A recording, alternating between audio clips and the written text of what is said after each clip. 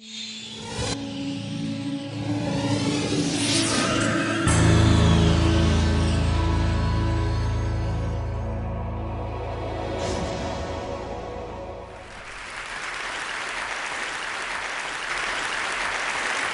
you. I have to tell you, I'm both challenged and excited. My excitement is I get a chance to give something back. My challenge is the shortest seminar I usually do is 50 hours. And I'm not exaggerating. I do weekends, and what I do more than that, obviously, coach people, but I'm into immersion, because how'd you learn language?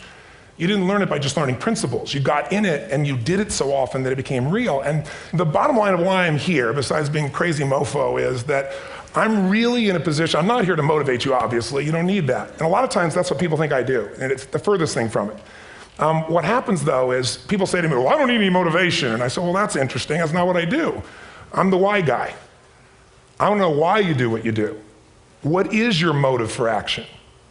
What is it that drives you in your life today, not 10 years ago, or are you running the same pattern? Because I believe that the invisible force of internal drive activated is the most important thing in the world. I'm here because I believe emotion is the force of life. All of us here have great minds. You know, most of us here have great minds, right? I don't know if I'm in the category, but we all know how to think. And with our minds, we can rationalize anything. We can make anything happen. We can, I agree with what was described a few days ago about this idea that people work in their self-interest. But we all know that that's bullshit at times. You don't work in your self-interest all the time. Because when emotion comes into it, the wiring changes in the way it functions. And so it's wonderful for us to think intellectually about how the life of the world is, and especially those who are very smart. We can play this game in our head, but I really want to know what's driving you. And what I'd like to maybe invite you to do by the end of this talk is explore where you are today for two reasons. One, so that you can contribute more.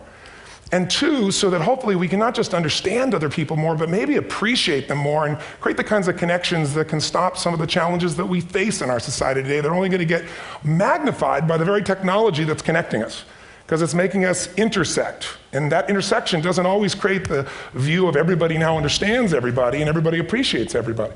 So I've had an obsession basically for 30 years. And that obsession has been what makes the difference in the quality of people's lives? What makes a difference in their performance? Because that's what I got hired to do. I got to produce the result now. That's what I've done for 30 years. I get the phone call when the athlete is burning down on national television and they were ahead by 5 strokes and now they can't get back on the course. And I got to do something right now to get the result or nothing matters. I get the phone call when the child is going to commit suicide, and I got to do something right now. And in 29 years, I'm very grateful to tell you I've never lost one in 29 years. It doesn't mean I won't someday, but I haven't done it. And the reason is an understanding of these human needs that I want to talk to you about. So when I get those calls about performance, that's one thing, like how do you make a change?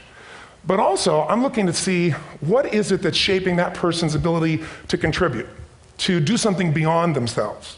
So maybe the real question is, you know, I look at life and say there's 2 master lessons. One is there's the science of achievement, which almost everyone in this room has mastered to an amazing extent. That's how do you take the invisible and make it visible, right? How do you take what you dream about and make it happen, whether it be your business, your contribution to society, money, whatever it is for you, your body, your family. But the other lesson of life that is rarely mastered is the art of fulfillment. Because science is easy, right? We know the rules, you write the code, you follow those, and you get the result. Once you know the game, you just, you up the ante, don't you? But when it comes to fulfillment, that's an art. And the reason is it's about appreciation and it's about contribution. You can only feel so much by yourself.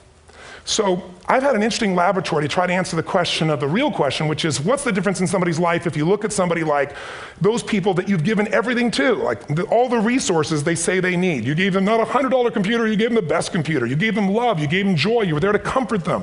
And those people very often, and you know some of them I'm sure, end up the rest of their life with all this love, education, money, and background, spending their life going in and out of rehab. And then you meet people that have been through ultimate pain, psychologically, sexually, spiritually, emotionally abused, and not always, but often they become some of the people that contribute the most to society. So the question we got to ask ourselves really is, what is it?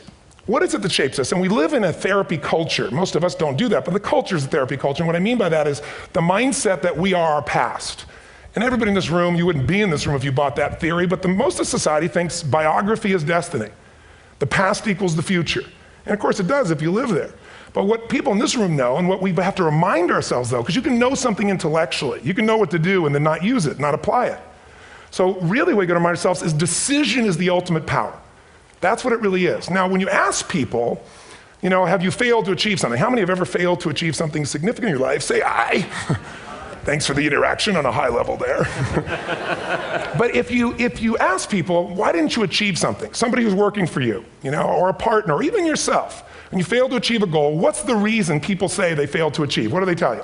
Didn't know enough, didn't have the knowledge, didn't have the money, didn't have the time, didn't have the technology, you know, I didn't have the right manager, didn't have the Supreme Court.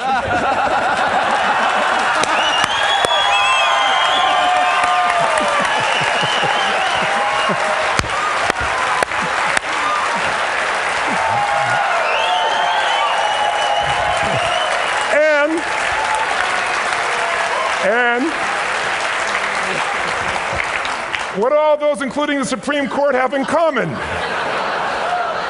They are a claim to you missing resources. And they may be accurate. You may not have the money. You may not have the Supreme Court. But that is not the defining factor.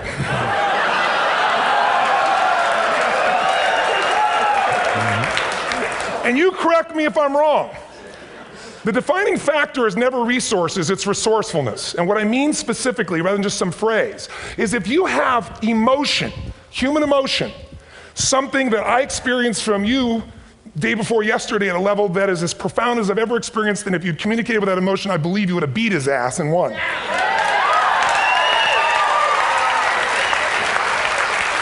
But how easy for me to tell him what he should do. Idiot, Robbins. But I know when we watched a debate, at that time, there were emotions that blocked people's ability to get this man's intellect and capacity and the way they came across to some people in that day. Because I know people that wanted to vote in your direction and didn't, and I was upset. But there was emotion that was there. How many know what I'm talking about here? Say aye. So emotion is it, and if we get the right emotion, we can get ourselves to do anything. We can get through it. If you're creative enough, playful enough, fun enough, can you get through to anybody, yes or no? Yes. If you don't have the money, but you're creative and determined enough, you find the way. So this is the ultimate resource, but this is not the story that people tell us, right? The story people tell us is a bunch of different stories. They tell us we don't have the resources, but ultimately, if you take a look here, flip it up if you would. They say, what are all the reasons they have in common? We've said that. Next one, please. He's broken my pattern, that son of a bitch. But I appreciated the energy, I'll tell you that. What determines your resources? We've said decisions shape destiny, which is my focus here. If decisions shape destiny, what determines it is 3 decisions. What are you going to focus on? Right now, you have to decide what you're going to focus on. In this second, consciously or unconsciously, the minute you decide to focus on something, you've got to give it a meaning. And whatever that meaning is produces emotion. Is this the end or the beginning? Is God punishing me or rewarding me, or is this the roll of the dice? And emotion then creates what we're going to do, or the action. So think about your own life, the decisions that have shaped your destiny. And that sounds really heavy, but in the last 5 or 10 years, 15 years, haven't there been some decisions you've made that if you made a different decision, your life would be completely different? How many can think of one, honestly? Better or worse? Say aye. So the bottom line is maybe it was where to go to work and you met the love of your life there. Maybe it was a career decision. I know the Google geniuses I saw here. I mean, I understand that their decision was to sell their technology at first. What if they made that decision versus to build their own culture? How would the world be different? How would their lives be different? Their impact. The history of our world is these decisions. When a woman stands up and says, no, I won't go to the back of the bus, she didn't just affect her life. That decision shaped our culture. Or someone standing in front of a tank. Or being in a position like Lance Armstrong and someone says to you, you've got testicular cancer. That's pretty tough for any male, especially if you ride a bike. Right? You got it in your brain, you got it in your lungs. But what was his decision of what to focus on? Different than most people. What did it mean? It wasn't the end, it was the beginning. What am I going to do? He goes off and wins 7 championships he never won once before the cancer because he got emotional fitness, psychological strength. That's the difference in human beings that I've seen of the 3 million I've been around. Because that's what my lab. I've had 3 million people from 80 different countries that I've had a chance to interact with over the last 29 years. And after a while, patterns become obvious. You see that South America and Africa maybe connect in a certain way, right? Other people say, oh, that sounds ridiculous. It's simple. So what shaped Lance, what shapes you? 2 invisible forces, very quickly. 1, state. We all have had times. Have you had a time you did something and after you did it, you thought to yourself, I can't believe I said that. I can't believe I did that. That was so stupid. Who's been there? Say aye. Have you ever done something after you do it, you go, that was me. right? It wasn't your ability, it was your state. Your model of the world is what shapes you long term. Your model of the world is the filter. That's what's shaping us. That's what makes people make decisions. When we want to influence somebody, we gotta know what already influences them. And it's made up of 3 parts, I believe. First, what's your target? What are you after? Which I believe, it's not your desires. You can get your desires to goals. How many of you got a goal, a desire, and thought, is this all there is? How many have been there? Say aye. So it's needs we have. I believe there are 6 human needs. Second, once you know what the target that's driving you is, and you uncover it for the truth, you don't form it, you uncover it. Then you find out what's your map. What's the belief systems that are telling you how to get those needs? Some people think the way to get those needs is destroy the world. Some people is to build something, create something, love someone. And then there's the fuel you pick. So very quickly, 6 needs, let me tell you what they are. First one, certainty. Now these are not goals or desires, these are universal. Everyone needs certainty that they can avoid pain, at least be comfortable. Now how do you get it? Control everybody, develop a skill, give up, smoke a cigarette. And if you got totally certain, ironically, even though we all need that, like if you're not certain about your health or your children or money, you don't think about much more. You're not sure the ceiling's gonna hold up, you're gonna listen to any speaker. But while we go for certainty differently, if we get total certainty, we get what? What do you feel if you're certain? You know what's gonna happen, when it's gonna happen, how it's gonna happen, what would you feel? Bored out of your mind. So God, in her infinite wisdom, gave us a second human need, which is uncertainty. We need variety. We need surprise. How many of you here love surprises? Say aye. Bullshit, you like the surprises you want. The ones you don't want, you call problems, but you need them. So variety is important. Have you ever rented a video or a film that you've already seen? Who's done this? Get a fucking life. Right? Why are you doing it? You're certain it's good because you read it before, saw it before, but you're hoping it's been long enough you've forgotten enough there's variety. Third human need, critical, significance. We all need to feel important, special, unique. You can get it by making more money. You can do it by being more spiritual. You can do it by getting yourself in a situation where you put more tattoos and earrings in places humans don't want to know.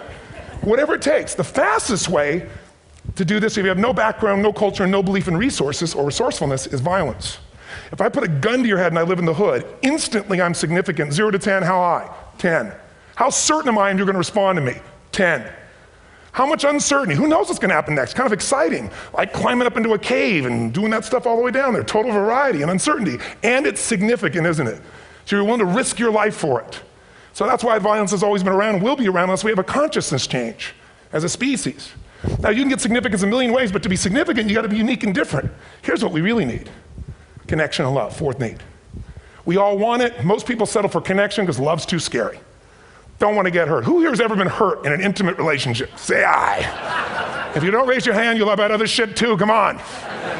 And you're gonna get hurt again. Aren't you glad you came to this positive visit? But here's what's true, we need it. We can do it through intimacy, through friendship, through prayer, through walking in nature. If nothing else works for you, get a dog. Don't get a cat, get a dog, because if you leave for 2 minutes, it's like you've been gone for 6 months when you show back up again 5 minutes later, right? Now these first 4 needs, every human finds a way to meet. Even if you lie to yourself, even if you have split personalities. But the last 2 needs, the first 4 needs are called the needs of the personality, is what I call it. The last 2 are the needs of the spirit. And this is where fulfillment comes. You won't get fulfillment from the first 4. You'll figure a way, smoke, drink, do whatever, meet the first 4. But the last 2, number 5, you must grow. We all know the answer here. If you don't grow, you what? If a relationship's not growing, if a business is not growing, if you're not growing, it doesn't matter how much money you have, how many friends you have, how many people love you, you feel like hell. And the reason we grow, I believe, is so we have something to give of value. Because the 6th need is to contribute beyond ourselves. Because we all know, corny as it sounds, the secret of living is giving. We all know life's not about me, it's about we. This culture knows that, this room knows that. And it's exciting. When you see Nicholas up here talking about his $100 computer, the most passionate, exciting thing is here's a genius, but he's got a calling now. You can feel the difference in him, and it's beautiful. And that calling can touch other people. In my own life, my life was touched because when I was 11 years old, Thanksgiving, no money, no food, and we're not gonna starve, but my father was totally messed up. My mom was letting him know how bad he messed up. And somebody came to the door and delivered food. My father made 3 decisions. I know what they were briefly. His focus was, this is charity. What does it mean? I'm worthless. What I gotta do? Leave my family, which he did. At the time, one of the most painful experiences of life. My 3 decisions gave me a different path. I said, focus on, there's food, what a concept. You know? Second, but this is what changed my life. This is what shaped me as a human being. Somebody's gift, I don't even know who it is. I thought, my father always said, no one gives a shit. And all of a sudden, somebody I don't know, they're not asking for it, this is giving our family food, looking out for us. It made me believe this. What does it mean? That strangers care. And what that made me decide is if strangers care about me and my family, I care about them. What am I gonna do? I'm gonna do something to make a difference. So when I was 17, I went out one day on Thanksgiving. It was my target for years, have enough money to feed 2 families. Most fun thing I ever did in my life, most moving. Then next year I did 4, and I didn't tell anybody what I was doing. Next year, 8. I wasn't doing it for brownie points, but after 8, I thought, shit, I could use some help. So sure enough, I went out, and what did I do? I got my friends involved, and I grew companies, and then I got 11 companies, and I built a foundation. Now, 18 years later, I'm proud to tell you, last year we fed 2 million people in 35 countries through our foundation, all during the holidays, Thanksgiving, Christmas, in all the different countries around the world. It's been fantastic. Thank you. So I don't tell you that to brag, I tell you because I'm proud of human beings because they get excited to contribute once they've had the chance to experience it, not talk about it. So finally, I'm about out of time, the target that shapes you, here's what's different about people. We have the same needs, but are you a certainty freak? Is that what you value most, or uncertainty? This man here couldn't be a certainty freak if he climbed through those caves.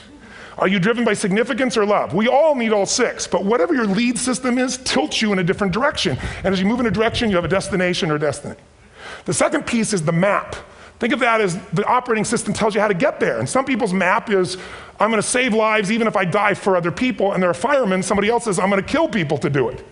They're trying to meet the same needs of significance, right? They want to honor God or honor their family, but they have a different map. And there are 7 different beliefs. I can't go through them because I'm done.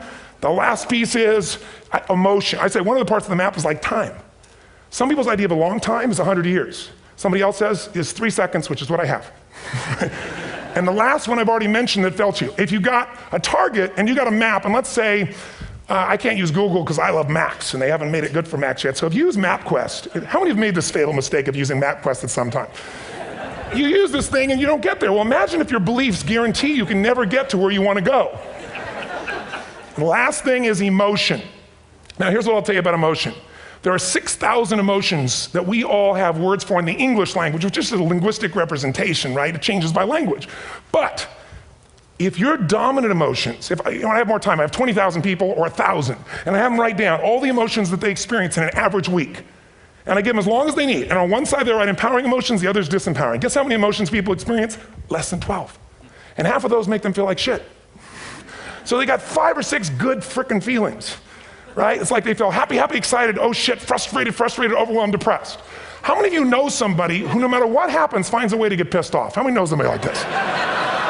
Or no matter what happens, they find a way to be happy or excited. How many know somebody like this? Come on. When 9/11 happened, and I'll finish with this, I was in Hawaii. I was with 2,000 people from 45 countries. We were translating 4 languages simultaneously for a program that I was conducting for a week. The night before was called Emotional Mastery. I got up, had no plan for this, and I said, we had all this fireworks, I do crazy shit, fun stuff. And then at the end I stopped, and I had this plan I was gonna say, but I never do what I'm gonna say. And all of a sudden I said, when do people really start to live? When they face death. And then I went through this whole thing about if you were gonna get off this island, if 9 days from now you were gonna die, who would you call, what would you say, what would you do? One woman, well that night is when 9/11 happened. One woman had come to the seminar, and when she came there, her previous boyfriend had been kidnapped and murdered. Her friend, or her new boyfriend, wanted to marry her, and she said no. He said, if you leave and go to that Hawaii thing, it's over with us. She said it's over. When I finished that night, she called him and left a message, true story, at the top of the World Trade Center where he worked, saying, honey, I love you. I just want you to know, I want to marry you. It was stupid of me. She was asleep, because it was 3 a.m. for us, when he called her back from the top and said, honey, I can't tell you what this means. He said, I don't know how to tell you this, but you give me the greatest gift because I'm going to die. And she played the recording for us in the room. She was on Larry King later. And he said, you're probably wondering how on earth this could happen to you twice. And he said, all I can say to you is, this must be God's message to you, honey. From now on, every day, give your all, love your all. Don't let anything ever stop you. She finishes, and a man stands up and he says, I'm from Pakistan, I'm a Muslim. I'd love to hold your hand and say I'm sorry, but frankly, this is retribution. I can't tell you the rest because I'm out of time.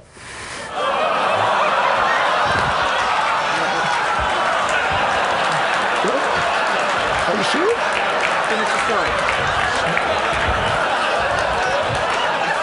10 seconds. 10 seconds, no, I want to be respectful. 10 seconds, all I can tell you is I brought this man on stage with a man from New York who worked in the World Trade Center, because I had about 200 New Yorkers there. More than 50 lost their entire companies, their friends, marking off their Palm Pilots. One financial trader, this woman made of steel, bawling, 30 friends crossing off that all died. And what I did to people is said, what are we going to focus on? What does this mean, and what are we going to do? And I took the group and got people to focus on, if you didn't lose somebody today, your focus is going to be how to serve somebody else. There are people, one woman got up, she was so angry and screaming and yelling. And she wasn't from New York, she's not an American, she doesn't know anybody here. I said, you always get angry. She said, yes. Guilty people got guilty, sad people got sad. And I took these two men and did what I call an indirect negotiation. Jewish man with family in the occupied territories from New York who would have died if he was at work that day. And this man who wanted to be a terrorist, and made it very clear. And the integration that happened is on a film, which I'll be happy to send you, so you can really see what actually happened instead of my verbalization of it. But the two of them not only came together and changed their beliefs and models of the world, but they've worked together to bring, for almost 4 years now, to various mosques and synagogues, the idea of how to create peace. And he wrote a book, which is called My Jihad, My Way of Peace. So transformation can happen. So my invitation to you is this. Explore your web, the web in here. The needs, the beliefs, the emotions that are controlling you, for two reasons. So there's more of you to give. Achieve too, we all want to do it, but I mean give, because that's what's going to fill you up. And secondly, so you can appreciate, not just understand, that's intellectual, that's mind, but appreciate what's driving other people. It's the only way our world's going to change. God bless you, thank you, I hope this was served. Kenny Robbins.